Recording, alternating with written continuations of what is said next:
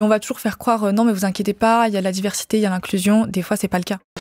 Ma maman elle m'a toujours dit, malgré tout ce qui s'est passé, elle m'a toujours encouragée à l'école. Et moi du coup l'école ça a été ce qui m'a sauvée. Je sais que ma mère elle voulait que je fasse de grandes études, mais sans pression. Mais c'était fais pas comme moi, va pas finir à l'usine, fais quelque chose de ta vie. Je me suis battue au sens figuré un bon nombre de fois, quasiment toute ma vie. Et j'ai toujours eu espoir en quelque chose de meilleur qui m'attendait. Il faut juste se renseigner le plus possible, il faut croire en soi.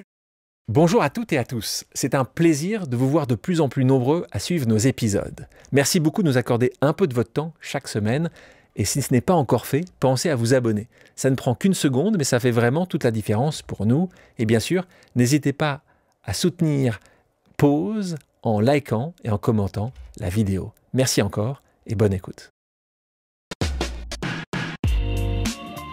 Bonjour à toutes et à tous, je suis Alexandre Mars et vous écoutez Pause, le podcast où on prend le temps.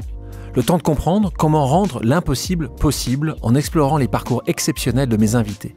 Qu'ils soient artistes, chefs d'entreprise, entrepreneurs sportifs ou encore activistes. Résilience, succès, inspiration, ils se dévoilent le temps d'une pause. Soyez les bienvenus. Celles et ceux qui écoutent Pause le savent. Je parle souvent de mon combat avec Infinite, la start-up que j'ai fondée pour une raison simple. Le talent est partout, mais les opportunités non. Avec Infinite, on soutient des jeunes brillants, issus de milieux défavorisés pour leur permettre d'intégrer eux aussi les meilleures universités du monde. Pas malgré leur histoire, mais avec elles. J'avais envie de les mettre en avant, car dans Pause, on explore la réussite, mais aussi ce qu'elle exige dès les premiers pas.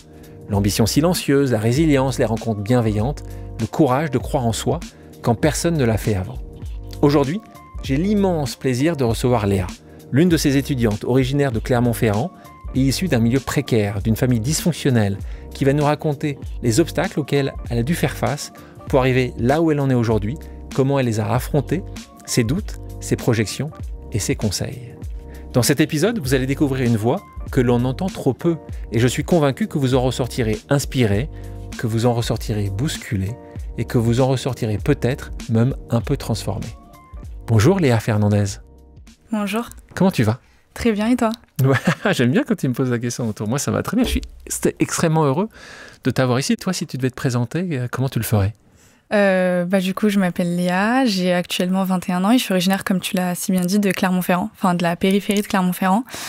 Et j'ai grandi dans Pont du Château. Pont du Château, il faut en parler, cette ville. Oui, voilà, très, très bonne petite ville où j'ai eu le plaisir de grandir. Et je suis issue d'une famille d'immigrés portugais de mon papa qui a fui la dictature de Saint-Lazare quand il était enfant, et de la famille de ma maman qui est de plusieurs générations immigrées de Kabylie. Une Kabyle. Voilà. Ta maman travaillait à l'usine, ton papa travaillait pas forcément. Tu avais ces moments-là tu parles de pression, de cet environnement qui était précaire. Tu avais des huissiers, tu avais assistance sociale. Comment tu vis ça ? Comment tu le vois quand tu as 5, 6, 7 ans, 8 ans, que tu arrives à verbaliser les choses, à te rendre compte des choses? Tu te rendais compte que ce n'était pas une famille normale, qu'il y avait vraiment certaines anomalies? Je pense qu'on ne peut pas vraiment l'appréhender. Il n'y a pas de façon d'appréhender la chose. On l'a subi, entre guillemets. Moi, quelque chose qui m'a un peu aidée, c'est que du coup, je parlais de la culture portugaise qui était très présente. Ça a été renforcé de par le fait que j'ai grandi avec ma meilleure amie, qui était ma voisine, qui, elle, est brésilienne. Et du coup, vu que c'est des cultures qui sont très liées, historiquement, du coup, j'ai grandi avec cette forte influence-là. Et ma meilleure amie, en fait, elle était dans une famille avec un schéma assez classique. Elle était fille unique, ses 2 parents, français, brésilienne, et de sa maman. Et du coup, j'allais chez elle en permanence. J'allais souvent. Et pour moi, à l'heure actuelle, j'ai 4 frères et une sœur. On a le même père, mais pas la même mère. Et pour moi, c'est aussi un peu comme ma deuxième sœur. Et du coup, j'ai essayé. Enfin, le fait de l'avoir eu dans ma vie, ça m'a beaucoup aidée dans le sens où, en tant qu'enfant, quand on fait face à ce genre de problème, on perd un peu son innocence et on prend maturité. Et c'était un peu mon échappatoire d'être avec elle. Merci. C'est quoi son prénom? Laetitia. Merci Laetitia d'avoir été là. Et merci à ses parents aussi de t'avoir aussi souvent accueilli. Pour te citer, tu nous disais, pour bien comprendre, encore une fois, pour les gens qui nous écoutent, qui voient ta trajectoire, et on va parler beaucoup de cette trajectoire, mais il faut aussi faire comprendre à certaines personnes de comment toi tu écrivais ce moment-là. J'ai grandi dans un environnement tourmenté. c'est comme ça que tu l'écris, avec une famille brisée par divers événements. J'ai grandi avec mes parents qui avaient une relation chaotique où violence, addiction et précarité rythment notre quotidien. Donc faut bien comprendre que tu le dis et tu l'écris. Je trouve que c'est vraiment bien écrit comme tu le dis. Mais c'est quoi les images fortes qui te restent justement de ces années-là quand tu l'exprimes comme ça? Est-ce que tu oublies? Est-ce qu'on peut oublier ça? Est-ce que ou ça sera toujours gravé là? Je pense que ce sera toujours là, entre guillemets. Enfin, c'est pas quelque chose, on peut pas faire l'impasse dessus, et puis c'est quelque chose qui marque. Mais ce qui fait que, à l'heure actuelle, ce qui fait que je m'en souviens, c'est le fait qu'on est une famille très soudée. Malgré tout, nous, en fait, on vit nos émotions, les bonnes comme les mauvaises. Je les ai toujours vues depuis que je suis toute petite. C'est pour ça que j'ai dit que c'était assez tourmenté. Quand il y avait du bien, on le ressentait. Quand il y avait du bon, on le ressentait aussi. J'ai eu des parents qui, malgré tout, je sais qu'ils ont fait du mieux pour qu'on s'en sorte. Et qui étaient très aimants. Mes frères et sœurs, on a toujours été très soudés, de par tout ce qu'on a vécu ensemble. Ce que je retiens, c'est vraiment ce lien très fort. Moi, ma sœur, c'est tout ce que j'ai de plus important, si je peux dire ça comme ça. On a vraiment un lien très spécial, même avec mes frères, même si je les vois moins, etc. C'est vraiment le fait qu'on soit une famille soudée qui m'a marquée et que je garde. Et toi, quand ça t'arrive si jeune, tu grandis plus vite que les autres? Bien sûr, oui, je l'ai senti. Après, j'ai grandi entre guillemets dans la périphérie, bon, pas la campagne pure, mais un petit peu quand même. Donc, il y avait moins je pense que c'est un écart que j'aurais plus vu si j'avais grandi en ville. Par exemple, on sait, il y a beaucoup plus de familles bourgeoises qui habitent en ville. J'aurais pu voir une réelle différence déjà au niveau social à ce niveau-là. Je l'ai pas vraiment vu du coup en ayant grandi à Pont-du-Château. Je voyais que certaines de mes copines, bien sûr, avaient plus de moyens que nous, mais c'était pas quelque chose qui me marquait spécialement à ce niveau-là. C'est au niveau plutôt de la maturité et de la façon de penser des enfants. Mais comme je l'ai dit, j'ai eu de la chance et je sais pas si c'est moi qui l'ai influencée ou si elle était aussi mature très tôt. Vu que j'étais tout le temps avec ma meilleure amie Laetitia, elle était aussi très mature. Donc je me sentais un peu en décalage des fois par rapport aux autres, mais juste à ma façon de penser. Et au final, vu que j'étais toujours avec ma meilleure amie, ça me marquait pas tant que ça. Tout à l'heure, tu as évoqué tes parents. Tu es très proche de ta maman. Oui. Donc il s'est passé là aussi un moment très difficile dans ta vie. Oui. C'est le départ de ta maman. Donc elle a eu un cancer et elle est partie en 2019. Donc tu étais vraiment, vraiment jeune, hein, oui, tu as 16 ans, 15 ans, quand ça t'arrive, et c'est quelques années, donc c'est pas malheureusement en une journée que c'est passé, t'as vécu ces moments extrêmement difficiles. Oui. Même chose, qu'est-ce que ça t'a appris? Qu'est-ce que ça t'a appris sur toi? Je pense que je me suis fortifiée avec le temps, parce que ma maman elle est tombée malade quand j'avais 8 ans. Et elle est décédée à mes 15 ans. Donc c'était plus de 5 ans de souffrance. Et puis en fait, au début, je pense qu'on essaye d'être dans le déni. Et c'est normal, faut pas s'en vouloir d'être dans une phase de déni. On est enfant, on essaye de se dire que ça va s'arranger. Et puis ma mère, elle voulait me protéger, elle essayait de me faire croire que ça allait s'arranger. Et au final, ça allait mieux, puis rechute. Et au final, ça se développait un peu plus. Mais il faut pas s'en vouloir à ce moment-là d'être dans un espèce de déni. Il faut toujours garder espoir parce qu'on sait pas ce qui peut arriver. Et avec le temps, on essaye de s'accrocher. Et au final, en fait, plus on s'accroche, plus on va tomber de haut. Mais c'est quelque chose de normal. C'est tout à fait rationnel de s'attacher à ses parents. Je pense que la chose, entre guillemets, qui m'a le plus aidée, moi, c'est d'avoir... l'éducation de ma mère a fait que c'était centré sur moi, dans le sens où ma maman, elle m'a toujours dit, malgré tout ce qui s'est passé, elle m'a toujours encouragée à l'école. Et moi, du coup, l'école, ça a été ce qui m'a sauvée. Je sais que ma mère, elle voulait que je fasse de grandes études, mais sans pression. Mais c'était, fais pas comme moi, va pas finir à l'usine, fais quelque chose de ta vie. Et elle m'a toujours encouragée, du coup, à travailler à l'école d'arrache-pied, du mieux que je pouvais. Et du coup, toute ma peine, je la mettais dans l'école. C'est-à-dire que des fois, je restais au CDI, je continuais à travailler, juste pour fuir, entre guillemets, ce qui se passait. Et je pense que c'est important de trouver un espèce de refuge à ces moments-là, parce que si on rentre chez soi et qu'en fait on est tout le temps tourmenté par ces événements négatifs, entre guillemets, même si c'est pas de notre faute, faut trouver quelque chose de positif auquel se raccrocher. Donc ce traumatisme qui est la maladie de ta maman, jusqu'à son décès, pour toi, t'as mis cette puissance, cette rage parfois dans le travail, quoi. Oui, totalement. Au collège, par exemple, c'était un peu plus différent. Au collège, je travaillais beaucoup et j'aimais bien passer mon temps au CDI, lire des livres. Et puis après, j'avais mes copines, j'allais chez elles, etc. Et au lycée, après, ça s'est entre guillemets amplifié parce que j'avais de plus en plus envie de fuir la maison. Et du coup, je restais au CDI. Je travaillais plus mes cours et j'étais toujours attentive à l'école. Il y a des élèves qui sont au fond de la classe. Moi, j'étais souvent au premier rang ou au maximum au milieu et j'écoutais toujours. C'est toi, ton métier, c'était de pouvoir réussir le plus tôt possible pour fuir le plus vite possible, de vivre de tes propres ailes, de ne pas avoir à demander quoi que ce soit à qui que ce soit, et parce que justement c'était dur à la maison, c'était vraiment sortir le plus vite possible de ça. Je vais pas blâmer mon père, mais j'avais une relation très compliquée avec lui au décès de ma mère. Enfin, j'ai toujours une bonne relation avec mon père, mais au décès de ma mère... T'étais partie vivre avec ta maman. Oui. Voilà, donc c'est vrai que... Mais j'ai toujours vu mon père, j'ai toujours grandi avec lui, je voyais mes frères et sœurs aussi, parce qu'on a le même père, mais pas la même mère. Et en fait, quand du jour au lendemain, tu te retrouves à vivre avec une personne que tu avais idéalisée, en fait, parce que mon papa, c'était mon super-héros, je me suis rendu compte, en fait, que c'était une réalité différente et que du coup c'était pas quelque chose qui convenait ni à lui ni à moi, parce que du coup on est dans une phase où on a un peu subi ce qui nous arrivait, et moi du coup je cherchais à fuir ça, et du coup je me réfugiais au lycée, chez des copines. Justement dans ces moments-là où tu fuis pas ta réalité, parce qu'elle existe et tu le sais, et que tu le sens à chaque fois quand tu rentres, et que tu rentres en traînant les pieds à la maison, moi je parle souvent ici de rencontres, justement de gens qui vont te tendre la main, qui vont t'indiquer une direction.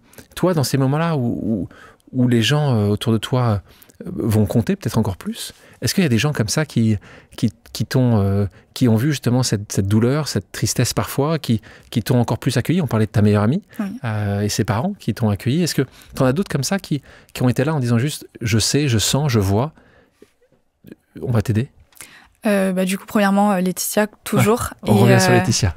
Toujours. Et après, j'avais mon groupe de copines à l'époque du lycée. C'était ça va pas ce soir, dors à la maison. C'était toujours des petites propositions. J'en parlais beaucoup à mes copines, mais au début, en fait, c'était un peu compliqué parce que j'avais souvent des amis chez moi, et en fait, quand on nous voyait de l'extérieur, tout le monde pensait que j'avais une excellente relation avec mon père, parce que c'est pas que du mauvais. Enfin, je suis très proche de mon papa, on a une très bonne relation quand ça se passe bien. Et du coup, quand tu vas dire aux gens, oui, mais là, ça s'est mal passé, des fois, ils avaient du mal à me croire, en mode, mais c'est bizarre, comment c'est possible, etc. Et du coup, au début, t'as un peu honte, tu te dis, mais ils vont peut-être croire que je leur mens, ou je sais pas trop comment amener le truc. Il faut pas faire semblant, faut pas avoir honte du regard des gens si c'est mes vrais amis. Je sais qu'elles seront là pour moi. À l'époque, c'était le cas, et je sais qu'elles me proposaient, c'était à tour de rôle, c'était une qui me proposait ce soir-là chez elle, l'autre le week-end d'après. J'avais toujours des solutions, je refusais beaucoup, parce que pour moi, j'avais pas envie de m'étaler chez les autres. Et j'avais aussi ma tante au décès de ma mère qui m'avait proposé d'aller chez elle. J'avais refusé parce que pour moi, je venais de perdre un parent, j'avais pas envie de perdre mon père aussi. Donc j'étais restée chez mon papa.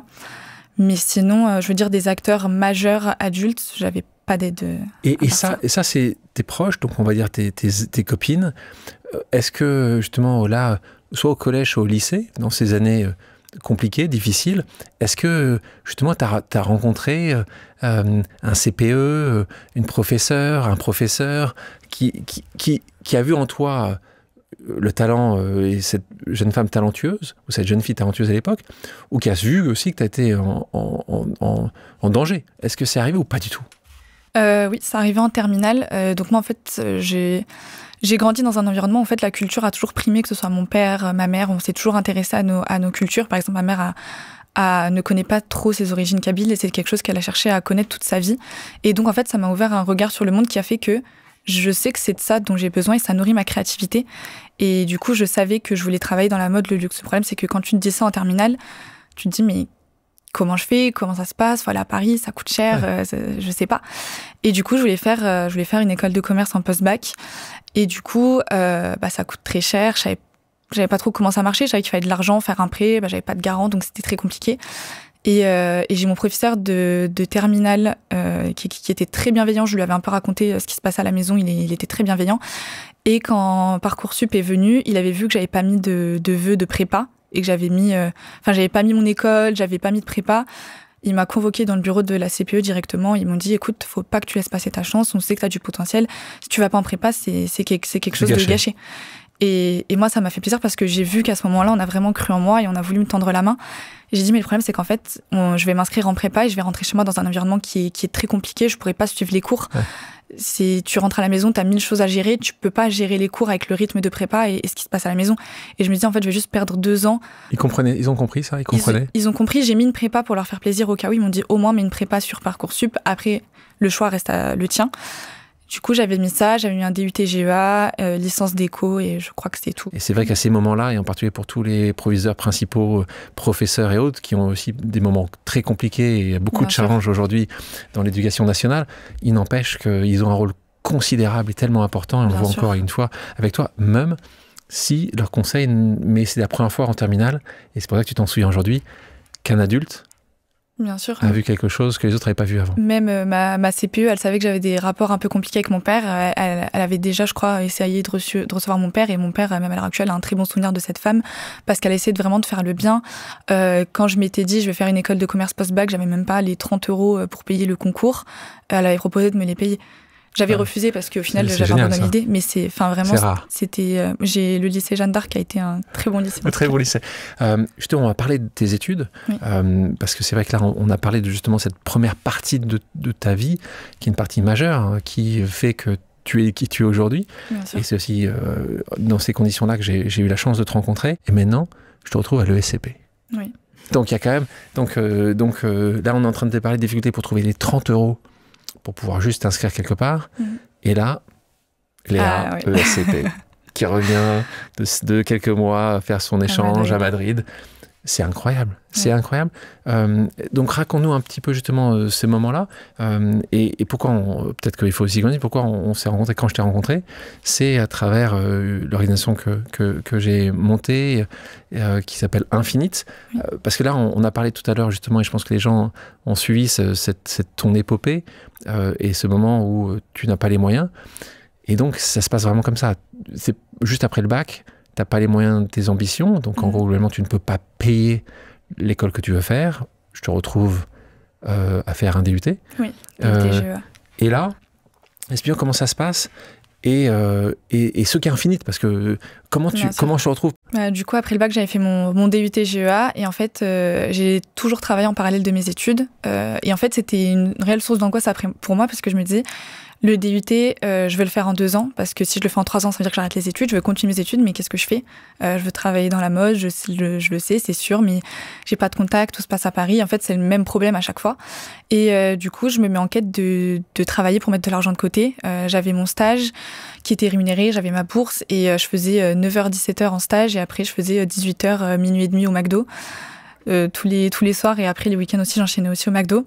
Donc ça me faisait des bonnes payes, on va dire, mais tu mets de l'argent de côté et puis des fois il y a des trucs à la maison et puis des fois tu veux te faire plaisir, donc au final l'argent en fait il reste pas. Et après mon DUT, je me dis bon, je fais un IAE parce que je le sais, je veux faire une école de commerce pour mon master, je ne sais pas laquelle, je sais pas comment je vais la financer, mais je vais aller à l'IAE. Et en allant à l'IAE, en fait, je me dis que je voulais faire un Erasmus parce que je m'étais dit, si je n'ai pas les moyens de financer mes études, je pourrais faire de l'alternance. Mais j'ai envie de partir à l'étranger. Donc, je suis partie en Erasmus à Athènes, en Grèce. Sauf que pour le financer, tout mon premier semestre, j'avais cours du lundi au samedi matin, de 9h à midi. Et après, je travaillais à Intermarché de 13h à la fermeture et le dimanche matin, pareil. Du coup, c'était... Donc, on s'arrête 2 secondes. Hein. Quand on parlait tout à l'heure de rage de réussir... Oui. De tout mettre en place pour atteindre tes objectifs. Parce que c'est un peu ça, hein, c'est qu'on a souvent ces discussions-là avec les gens qui sont ici, on a eu avec toi, c'est qu'est-ce que tu vas mettre pour atteindre tes objectifs? Toi, il n'y avait pas d'autre option. Et justement, là-dessus, quand tu avais ces heures de fou, quand là, soyons clairs, hein, tu travaillais 10, 12 heures, enfin, travaillais, soit tu travailles, soit tu étais dans les études, 12 heures dans la journée. Tes copines, elles disaient quoi? Ou tes copains, ils disaient quoi? J'avais eu, en fait, moi, on m'a toujours dit...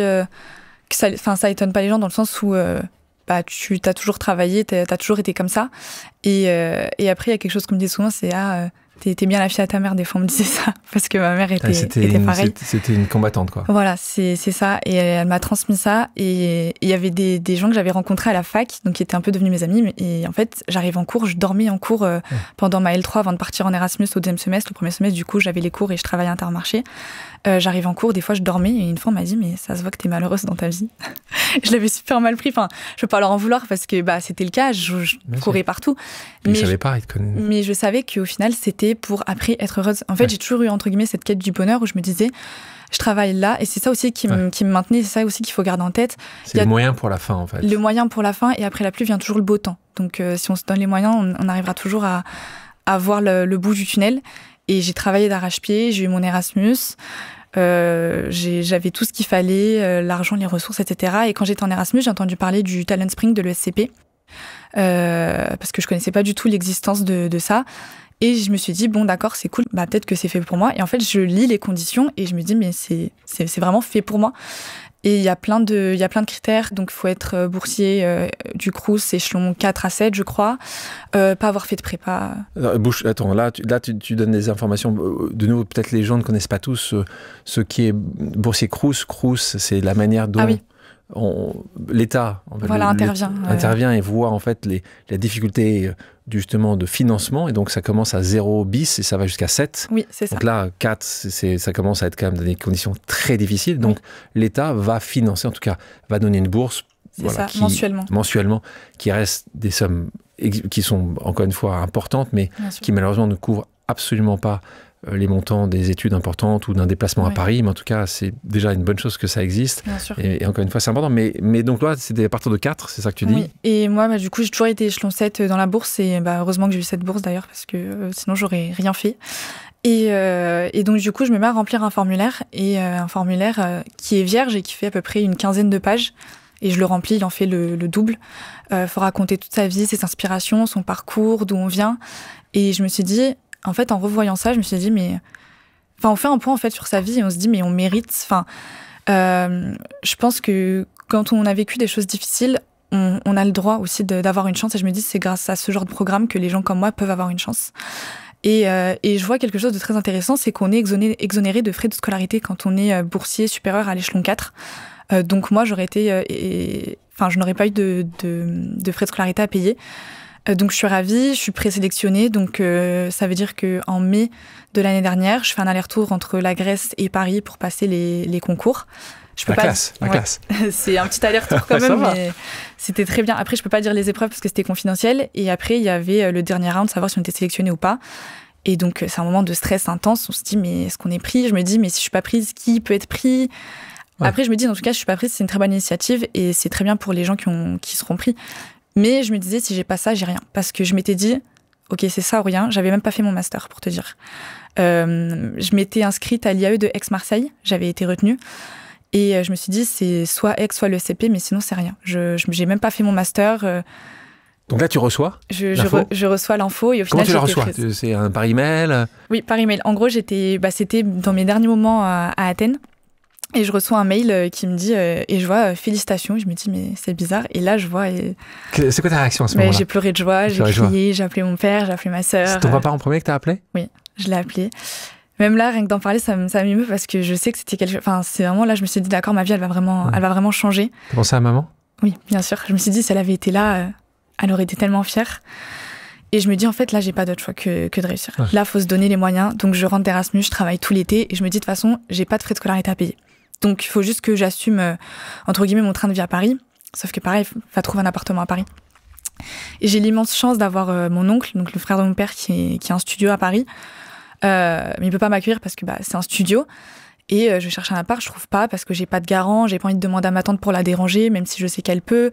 On a envie de se débrouiller toute seule. Moi, ma mère, elle m'a toujours dit, dans la vie, il faut se débrouiller seule. Moi, il y a personne qui m'a aidée, fait de même. J'ai gardé ça en tête. Et puis, même si je voulais, mon père pouvait pas se porter garant, donc c'était compliqué. Ouais. Et au final, j'arrive à Paris, je trouve rien. Mon oncle, il est parti chez mes grands-parents au Portugal tout le mois de septembre, donc j'arrive à Paris, je prends l'appartement de mon oncle. Donc ok, j'ai le mois de septembre et après on fait comment quoi? Parce que le semestre continue. Et j'arrive en septembre et on me dit, vous n'avez pas de frais de scolarité à payer, mais vous avez des frais de dossier de 2 000 € par année. Ce qui est, je peux pas me plaindre. Les frais de scolarité à l'ESCP sont plus de 22 000 €, je paye que 2 000 €, j'ai pas à me plaindre. Mais même les 2 000 € je les ai pas en fait. Donc on fait comment? Et je cherche du travail, sauf que j'en trouve pas. J'ai été un peu traumatisée du McDo, donc je me suis dit bon, c'est peut-être pas la meilleure idée d'y retourner. Et à ce moment-là, je rencontre Zinedine, un ami à moi que je salue d'ailleurs s'il nous écoute, et qui me dit oui, écoute, il y a un truc qui s'appelle Infini, tu devrais regarder. Je dis bon, je regarderai peut-être plus tard. Là, faut que je trouve un appart. Mon oncle a sa copine qui me sous-loue son appart illégalement dans le fin fond de Paris. Donc au final, je vais là-bas, je paye son loyer, mais vu que c'est de la sous-location, j'ai pas les APL. Et là, en fait, je me dis, ok, ma bourse a baissé déjà, je suis passée de l'échelon 7 à l'échelon 5. Je suis quand même très reconnaissante d'avoir la bourse, mais du coup, j'ai 520 € par mois. Le loyer, il était de 480. Donc, il reste plus grand-chose. Voilà, il y a plus grand-chose. Et je me dis, bon, Zizou, tu m'avais dit quoi, Infinite, c'est ça? Faudrait que je regarde. Et du coup, je me renseigne, sauf que je vois que les candidatures, elles étaient déjà terminées pour la première session, je crois que c'était en septembre. Je me dis, merde, c'est compliqué. Puis l'école met pas la pression, ils te disent, d'accord, soit tu payes en plusieurs paiements, soit tu fais une fois. Je me dis, bon, j'ai encore un peu le temps. Puis je tape dans mes économies, je me dis, bon, les économies, elles sont bientôt à court, on fait comment? Et je me rappelle avoir eu un rendez-vous avec une banque pour un prêt. Au début, il m'avait dit que c'était d'accord sans garant et au final, il fallait un garant. Je pouvais pas demander à ma tante d'être mon garant pour un prêt de 40 000 € ou je ne sais combien, donc c'était pas possible pour moi. Donc là, crise d'angoisse. C'était, je crois, en octobre, j'étais vraiment pas bien. Et là, je redemande les contacts d'Infinite. Et je crois que c'est Pierre que j'ai eu, ton ancien stagiaire, je sais pas s'il est encore là.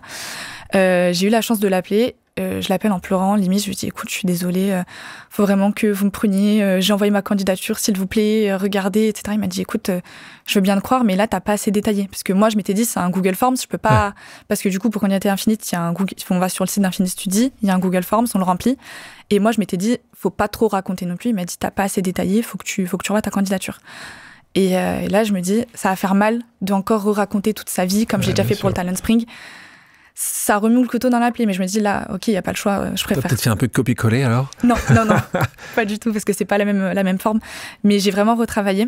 Ça a été très douloureux parce que pendant une semaine, on se replonge vraiment dans tout, on essaye de raconter au mieux, on veut aussi chercher à émouvoir parce que le but, c'est de faire dire cette personne mérite ça. Et du coup, je remplis Infinite et je préviens Pierre, je lui dis s'il te plaît, regarde mon dossier, je l'ai envoyé, il me dit ok, t'inquiète, on regarde. Et je me rappelle du coup après la première fois que je t'ai rencontré, c'était pendant la visio avec qui a un jury. Voilà, le jury. Oui, voilà, quand on est présélectionné, il y a un jury avec 3 personnes dont toi, c'est une visio. Et je me rappelle, vous m'avez fait des éloges et j'ai été touchée pour la première fois de ma vie. Je me suis dit on reconnaît un petit peu vraiment pas mon talent, mais que j'ai ma place et que si, ton talent. Je cherche ton talent, je t'assure. Je cherche à l'avoir. Pour les gens qu'est-ce qu'Infinite? Parce que là, on a compris. Donc, répète, dis-moi, si tu travaillais avec moi chez Infinite et que si tu devais avoir un autre étudiant, comment tu le pitches? Alors, Infinite, c'est un système de mentorat et de financement d'études. Pour moi, c'est un réel accompagnement au niveau des études parce que d'une première part, ça finance tes études avec un taux zéro et sans garant. Donc, financièrement... Sur les sommes importantes? C'est des sommes importantes, ça va jusqu'à 45 000 €, c'est ça? Même plus que ça, 60 000 €, 20 000 € par an, sur les 3 années d'études. Voilà, donc c'est très généreux, ça peut couvrir les frais de scolarité de n'importe quelle école, je pense. Et en plus de ça, on a un système de mentorat avec une personne qui va, entre guillemets, nous parrainer, nous aider à trouver des stages, des emplois et nous guider pour notre carrière professionnelle. Et, quelque chose que tu aimes beaucoup, quand tu rembourses? On rembourse, mais Infinite, c'est un peu comme un cercle vertueux où en fait on rembourse, mais on va pas chercher à rembourser seulement de l'argent. En fait, en remboursant, on va financer le projet de quelqu'un d'autre, d'un autre étudiant. Donc la prochaine Léa. Voilà, c'est ça, la prochaine Léa. Et donc on a créé ça, et quand j'ai démarré ça, maintenant il y a quelques années de ça, c'est tout récent, puisqu'on a la première promotion était il y a moins de 2 ans de ça. Oui. C'était cette volonté de trouver les Léa. C'est pour ça que je suis tellement heureux de t'avoir ici, parce que je sais que ces trajectoires existent, et je sais que malheureusement, trop souvent, cette injustice sociale qui peut arriver à la naissance, pendant ses premières années de vie, elle se retrouve à nouveau à 18 ans ou 20 ans, ce qui est arrivé pour toi, où tu es brillantissime et tu vas pas pouvoir faire la meilleure école, parce que soit tu peux pas payer les frais de scolarité, ce qui, encore une fois, on doit féliciter l'ESCP, c'est pas le cas de toutes les écoles. Mais l'ESCP, c'est vrai que quand tu es échelon 7, t'es quand même, il y a une grande partie, ce n'est tous les frais de scolarité qui ont, mais il n'empêche que tu as tous les autres frais de vie.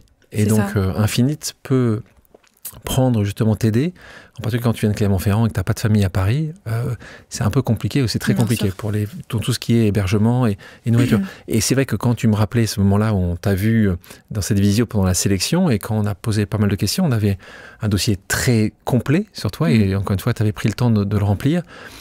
Et quelque chose qui m'a beaucoup marqué et touché, c'est que quand je te posais la question, tu te souviens peut-être, quand je t'ai posé la question à la fin en disant « Léa, quel est le montant que tu demandes ?» Parce que parfois, c'est vrai que souvent, parfois, les gens ou les jeunes, pas que les jeunes d'ailleurs, mais les jeunes étudiants chez nous, peuvent s'excuser de demander un montant. Bien sûr. Et toi, tu m'as pas donné un montant tout de suite. Et exactement ce que tu as dit tout à l'heure, c'est pour ça que ça m'a fait sourire quand tu disais, bon, si je suis pas prise, au moins ça existe pour les autres. Et en fait, c'est quand même épatant, ça. C'est que ta vie a été complexe, très compliquée à certains moments. Et continuellement, tu t'intéresses aux autres. Et donc, pour répondre à la question quand je te pose, la réponse que tu me donnes, c'est, je vais pas vous demander le maximum de la bourse.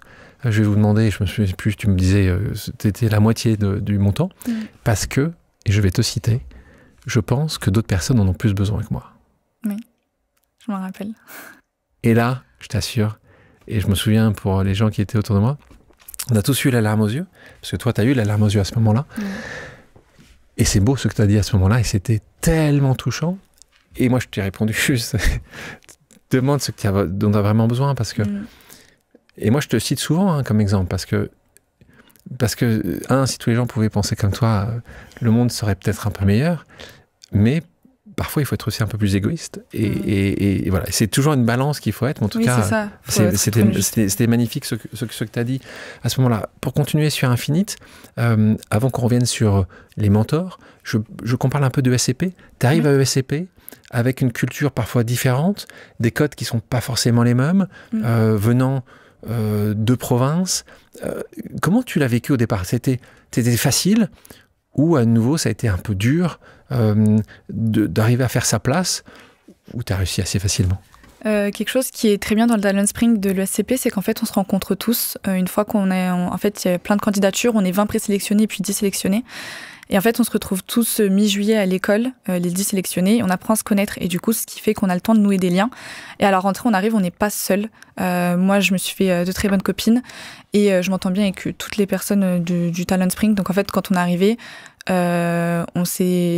j'étais pas seule. Même si on n'était pas tous dans la même classe, on avait entre guillemets un petit groupe qui au fil du temps des fois s'est défait, des fois renforcé des liens, mais on arrive, on n'est pas seul, et en fait ça rassure, parce que moi j'appréhende un petit peu, et on sent en fait un écart. En fait, moi je le sens dans le sens où j'ai l'impression je suis un imposteur en fait. Qu'est-ce que je fais là? Parce que si les gens savaient, parce que tu me regardes, ça se voit pas vraiment, parce que t'arrives, tu dis que t'as fait un stage à l'étranger. Je dis bah ok, moi j'ai fait mon Erasmus aussi à Athènes. On se douterait pas forcément que... Tout de suite, tu fais partie du même groupe, en fait. Voilà, en fait, on dirait pas comme ça sur le coup. Après, bon, on voit les différences. Moi, je viens d'ici, j'habite là. Ah, moi, je suis à Porte d'Ivry, dans le fin fond du 13e. Ah, moi, j'habite dans le 16, le 9. Ah, d'accord. Tu vois, voilà, tu vois un peu une différence. Mais moi, il y a personne qui me l'a fait ressentir directement. C'est moi, je me suis dit, mais je suis un imposteur, parce qu'il y a personne qui le sait à l'ESCP. Il y a que les gens du Talent Spring, et il y a 2 personnes à qui je m'étais confiée là-dessus. Donc là, tu es au courant que là, il y en a beaucoup qui vont le savoir. Je sais, mais maintenant, c'est fait. Enfin, je sais qui sont mes amis, qui le sont pas, et voilà. Mais au début, en fait, on a peur, parce qu'on se dit déjà, il y a un petit écart, j'ai l'impression, entre prépa et AST. Je dis pas qu'il y a de la discrimination, mais on voit un petit peu... D'admission parallèle, tu dis, en gros. Oui, AST, admission sur titre, donc admission parallèle. Donc voilà, donc c'est ce qui peut arriver, mais pour donner les chiffres, les chiffres sont assez frappants. Dans les grandes écoles, 70% des jeunes qui rentrent dans des grandes écoles ont des parents cadres supérieurs. Bien sûr. Moins de 10%, 9% pour être précis, viennent de catégories socio-professionnelles inférieure. Donc là, on est vraiment sur ces sujets de lutte, parfois de classe, mais en tout cas de classes socio-professionnelles qui sont différentes. Toi, tu l'as appréhendé, ça a été plus facile, parce que là, tu parles de ces 10 qui étaient ensemble, et puis les 10 de l'année d'avant, mais le reste, c'était plus facile que ce que tu craignais, ou en fait, tu sens quand même cette lutte de classe qui existe? C'était comme je l'avais imaginé. Je savais que personne n'allait rien me dire, ou qu'on n'allait pas me faire sentir différente, mais par exemple... Quand on me dit ouais, moi mon père il fait ci, il fait ça, et nanana, et je me dis bon, bah moi mon père, je vais pas dire grand chose sur mon papa. Moi je dis que j'ai pas trop de rapport avec mes parents, comme ça m'évite de développer ma mère je l'ai plus, et puis mon père j'ai des rapports compliqués, je sais pas trop, ça évite de trop détailler. Mais tu le vois, c'est même des comportements. Par exemple, moi on m'a déjà fait des remarques sur ma posture, et je sais que c'est vrai, des fois je me tiens pas toujours droite, et on me dit t'es pas toujours droite. Et puis une fois j'ai un ami, c'est des codes en fait, c'est des codes. Et des fois, c'est des remarques, mais vu que ça vient d'amis, tu te rends pas forcément compte. Enfin, moi, par exemple, je me suis juste dit, il est peut-être un peu déconnecté de la réalité, on n'a pas vécu la même chose, je vais pas le prendre mal. Mais un ami m'a déjà dit, toi, par exemple, tu pourrais pas assumer de sortir avec un tel, tu pourrais pas assumer le train de vie. Donc je me dis, bon, je l'ai pas, enfin, je me dis, je peux pas lui en vouloir, il est dans son monde, il a grandi là-dedans, il a toujours baigné dans ça, c'est pas C'est pas à toi de... Tu dis pas, c'est pas ton sujet de faire changer d'avis là-dessus. C'est pas ton combat. J'aimerais, mais je sais que c'est pas quelque chose... Enfin, c'est des personnes qui... Enfin, je parle pas de toutes les personnes à l'école de commerce, mais par exemple, la personne qui m'avait dit ça, elle a grandi dans un cadre privilégié quand même. Qui est différent du tien. On parlait de combat là, justement, en disant c'est pas ton combat, mais il y en a un autre qui est important pour toi et je vais te citer parce que j'aime beaucoup ce que tu dis là-dessus. On parle du combat pour l'égalité des droits des femmes. Tu dis, en tant que femme issue d'une famille d'immigrés et de la classe populaire, donc selon toi là déjà, t'as 3 sujets qui sont quand même de combat, hein, de genre, de famille, de classe sociale et de culture. Hein. J'ai dû me battre pour continuer à étudier, je dois me battre pour être respectée et égale aux hommes. Ça, c'est quelque chose que tu vois souvent, que tu as vu beaucoup par le passé, que tu vois encore aujourd'hui quand tu es ESCP? Je l'ai vu beaucoup de fois. Enfin, c'est quelque chose de... Par exemple, c'est un exemple bête que je vais te citer, mais j'étais en stage et en fait, à l'époque, j'étais aussi en stage avec un ami à moi. En fait, on avait le même stage. Quelque chose de tout bête, on était dans l'industrie médicale, on faisait de la technologie pour la technique du ganglion sentinelle pour le cancer du sein. Et en fait, des fois, on faisait du phoning. Mais c'était pas du phoning où on balance des âneries. On appelle des ingénieurs, des cadres de blocs opératoires. Bonjour, notre technologie, on pense qu'elle pourrait vous correspondre. Si tu compares mon ami et moi, en tant que femme, je me suis direct recalée. Et l'homme, enfin mon pote, vu que c'était un garçon, il était tout de suite beaucoup plus pris au sérieux dans ses appels. Bon, il se faisait recaler aussi, mais dans ses appels, il était beaucoup plus pris au sérieux que je ne l'étais. Et pourtant, c'était pas un manque de sérieux de ma part. Ouais. Et comme plein de choses, la façon dont on parle, moi j'ai grandi dans une famille, j'ai 4 frères et mon père. Et avec ma sœur, on est 2. Mais mon père et mes frères sont pas machos, mais tu vois que quand ils parlent entre eux, ils s'écoutent plus, ou il y a plus des choses à redire. Alors que nous, tu vois, on est un peu... Ouais, mais des fois, tu t'y connais moins, nanana. Alors qu'on maîtrise un petit peu, tu vois. Mais c'est partout. En tant que femme, je pense qu'on a des combats à mener sur tous les fronts. C'est vrai, et ça reste encore terriblement vrai aujourd'hui. Est-ce que tu penses que justement d'être très diplômé, ou d'être diplômé d'une des plus grandes écoles françaises, va changer ça? Est-ce que tu penses que ta voix va plus porter, tu vas être plus écouté, même après tes 5 machos à la maison, là, tes frères et ton papa? Est-ce que tu penses que c'est un peu plus simple? Je pense que c'est un combat en fait qui est éternel. Je pourrais pas, en fait, je serai jamais satisfaite, mais je pense que toutes les femmes seront toujours insatisfaites. Ce sera jamais assez, ça que tu dis. Ouais, voilà, c'est ça. On va être diplômé. Pour autant, on va arriver en boîte, il y aura le plafond de verre. Tu vas être en réunion. Peut-être que ton collègue il sera plus pris au sérieux que toi. Et je pense que c'est un combat qui est sans fin. Et ça aide, bien sûr, d'avoir des diplômes parce qu'on est plus crédible, mais face à un homme, malheureusement. Alors, tu sais que ça commence à changer. Des lois ont été faites. La France a de l'avance là-dessus. C'est une loi qui s'appelle Copy-Zimmermann pour avoir plus de représentation féminine. C'est pas assez. Il y a une loi. Les lois doivent faire changer les choses. Donc là, ça c'est sûr. On va revenir sur ce que tu disais tout à l'heure sur quand tu présentais Infinite. Tu présentais Infinite comme un outil d'aide financière, mais aussi de mentorat. Justement là-dessus, toi, sur le mentorat, c'est important pour toi justement d'être accompagné. On parlait tout à l'heure de code. Est-ce que, donc en effet, pour Infinite, le principe c'est d'aider des personnes exceptionnelles à faire les plus grandes études qu'ils doivent faire, qu'ils méritent de faire. Et à côté de ça, on leur dit il faut aussi que vous puissiez être mentoré, qu'on vous associe avec quelqu'un qui a réussi des choses déjà très importantes, belles dans sa carrière. Toi, ça, c'était quelque chose que tu recherchais aussi. Rapidement, tu t'es dit, tiens, ça va maintenant. Au départ, tu disais, pourquoi? Ah non, totalement. Moi, je me suis dit, en fait, Infinite, c'est entre guillemets ma dernière chance parce que ça va m'aider déjà à financer mes études et ça va m'aider à entrer dans un monde qui m'est jusqu'à présent inconnu. Donc moi, je veux travailler dans la mode, le luxe, etc. Je sais que c'est un milieu qui est très prisé, très fermé. Si on n'a pas les contacts, on fait rien. En venant de Provence et d'une famille comme la mienne, je sais que ça allait être impossible. Et en fait, quand je fais Infinite, j'ai aussi cet espoir d'avoir un mentor qui me corresponde et qui va vraiment m'aider. Et au début, j'avais un peu peur parce que je voyais mes potes qui commençaient à avoir leur mentor et moi, j'avais toujours rien. Donc, j'envoyais des messages un peu à Lydia, Laetitia. Est-ce que j'ai un mentor? Les exceptionnelles équipes d'Infinite. Qui sont très, très efficaces d'ailleurs. Elles sont brillantissimes. Et donc, là, tu te retrouves avec ton mentor, oui, donc, qui est Nicolas Gégère, donc qui était qui est un administrateur de cet énorme succès qui est l'Occitane, qui fait beaucoup de choses dans ce qui est. Et donc ça se passe, ça s'est bien passé. Oui, j'ai pas eu la chance de le rencontrer en présentiel encore pour le moment parce que du coup, vu que lui travaille pour le groupe L'Occitane, il est à New York aux États-Unis, il est toujours en train de bouger. Mais quelque chose qui est vraiment remarquable chez cette personne, c'est qu'il m'accorde toujours du temps, que ce soit pour des appels. Je lui ai envoyé un mail pour le remercier d'être mon mentor et qu'on se rencontre rapidement. Il a pas hésité, on s'est appelé la semaine d'après. Et en fait, il m'a vraiment guidée tout le long. Pourtant, il n'est pas dans la branche spéciale luxe ou mode, mais il a quand même su m'aider, retravailler mon CV, me trouver des opportunités, suggérer des idées. Et même quand lui voyait qu'il avait une limite, il me partageait son réseau. Par exemple, je sais qu'il a une amie qui l'a recontacté, alors qu'ils se connaissaient depuis qu'il avait 18 ans, mais ils n'avaient pas parlé depuis. Il l'a recontacté pour m'aider à trouver un stage. J'adore. Et au final, cette personne m'a encore aidé aussi. Ah, donc tu connais Pause. On a des moments qui s'appellent les pauses amicales où on demande à quelqu'un qui te connaît ou qui connaît notre invité de venir poser une question. Tu as les yeux comme ça, tu te dis mais qui va poser une question? Ne t'inquiète pas, tout est bienveillant. On va écouter un message justement de ton mentor. Ah, c'est gentil.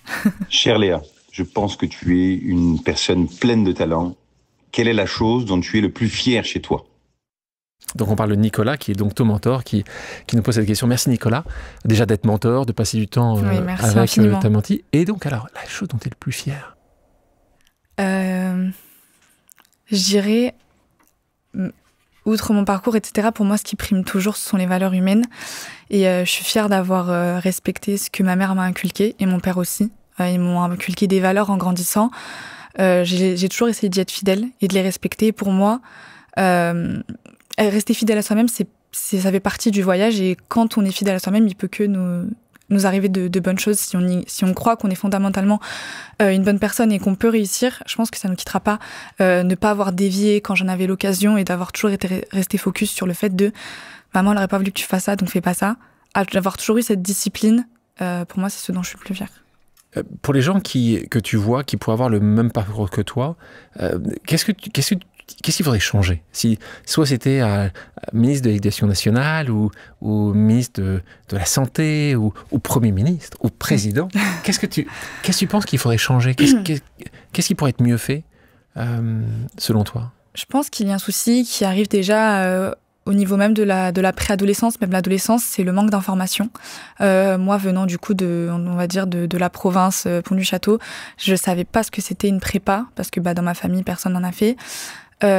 Informer dès le plus jeune âge, pas bourrer le crâne aux enfants parce que c'est pas ce qu'il faut, mais par exemple en 3e, on nous propose à peu près toutes les filières qu'il y a et qu'on nous dise il y a telle possibilité. Comme ça, on peut commencer à s'informer, pas nous faire stresser, mais voir les possibilités. Moi, je savais pas que les prépas existaient avant le lycée, tu vois. Et quand je suis arrivée au lycée, je m'étais dit bon, je peux pas financer mes études parce que je peux pas faire de prêt à la banque. Au final, il y a un Infinite qui existe, mais je le savais pas. Quand je suis arrivée pour postuler à l'ESCP avec le Talent Spring, je connaissais pas avant que Simon Esté fasse une vidéo et qu'il en parle. Sinon, je savais pas. Et Infinite, pareil, c'est du bouche à oreille. Sinon, je savais pas. Je sais qu'il y a aussi l'Institut de l'engagement qui existe. Je ne savais pas avant de rencontrer des gens sur Paris. C'est plein de choses en fait. Je pense que c'est un manque d'information. Tu ne sais pas ce que tu ne sais pas. C'est un manque d'information. C'est l'information qu'il faut arriver à plus développer pour que tu sois au courant. C'est ça. Ou que tes parents soient au courant. Et aussi quelque chose au niveau de croire en soi. Enfin, je vais pas dire du développement personnel, mais je sais pas trop comment le formuler, mais montrer aux jeunes, par exemple, de milieux défavorisés, que ce soit dans les ZEP ou en province, leur dire que c'est faisable. C'est faisable. C'est pas parce que vous venez d'une origine sociale. Moi, c'est ce que j'avais dit. Il n'y a pas assez de rôle modèle, c'est ça que tu penses? On les met pas suffisamment en avant, les rôles modèles. C'est ça. C'est qu'on va toujours faire croire non, mais vous inquiétez pas, il y a la diversité, il y a l'inclusion. Des fois, c'est pas le cas. Ouais. Des fois, on va vous dire ça et puis au final, vous faites quand même recaler ou on perd espoir, on se dit punaise, mais on sera toujours catégorisé comme ça. Et non, vous êtes pas juste une origine sociale, vous êtes bien plus que ça.